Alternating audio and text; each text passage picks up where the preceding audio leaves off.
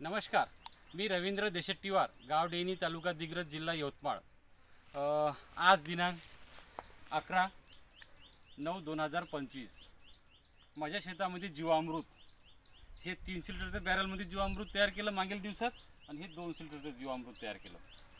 हे जीवामृत तयार करण्यासाठी प्लास्टिकचं ड्रम, 10 किलो गावरान गाईचं ताजं शेण, 10 लिटर गोमूत्र, 2 किलो गुड़, 2 किलो बेसन आणि बांधावरची मुठभर सुपीक माती, हे आपल्याला 180 लिटर पाण्यामध्ये सर्व घेऊन एकत्र आपल्याला जीवामृत तयार करायचं आहे।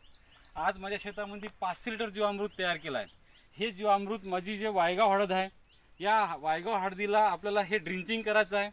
सोबतच माझ्या शेतामध्ये पोपई आहे, पोपईला ड्रिंचिंग करायचं आहे, मोसंबी आहे, मोसंबीला ड्रिंचिंग करायचं आहे।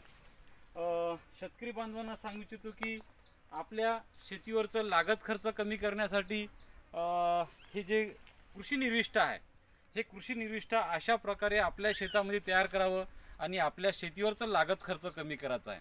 आज मला 200 रुपयामध्ये हे एक बॅरल जीवामृत तयार करण्यासाठी खर्च आलेला आहे आणि आज पिकाला जे आपण जीवामृत हे टाकणार आहोत,